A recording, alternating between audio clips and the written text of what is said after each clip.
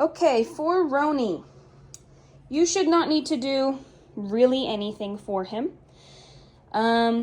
He got fed before we left, so really not super a lot for you. Just make sure that he is in here.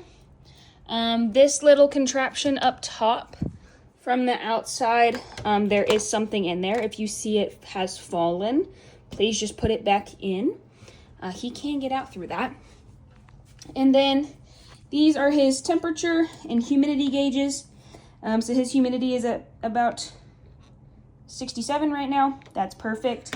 And then his temp is at 98. So that's also really good.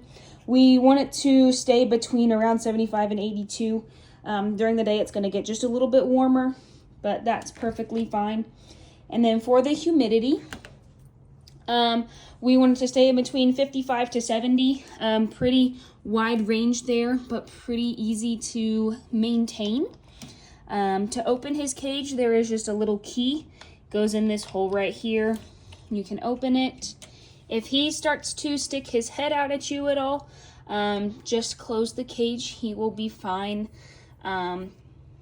without whatever you're trying to do. If he is trying to get at you, I would rather him not have water for a day or two than you potentially getting bit.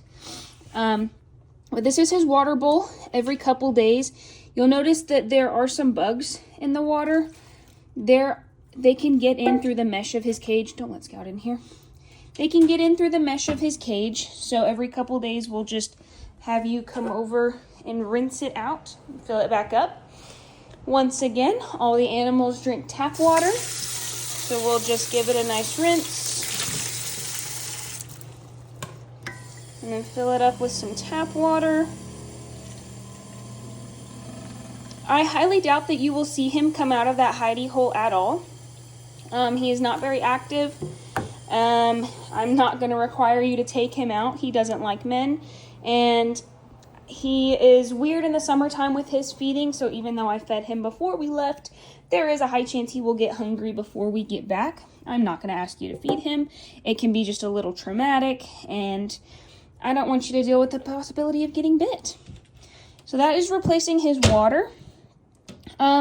Every few days, if you notice that humidity dropping, I'm going to leave you a water bottle.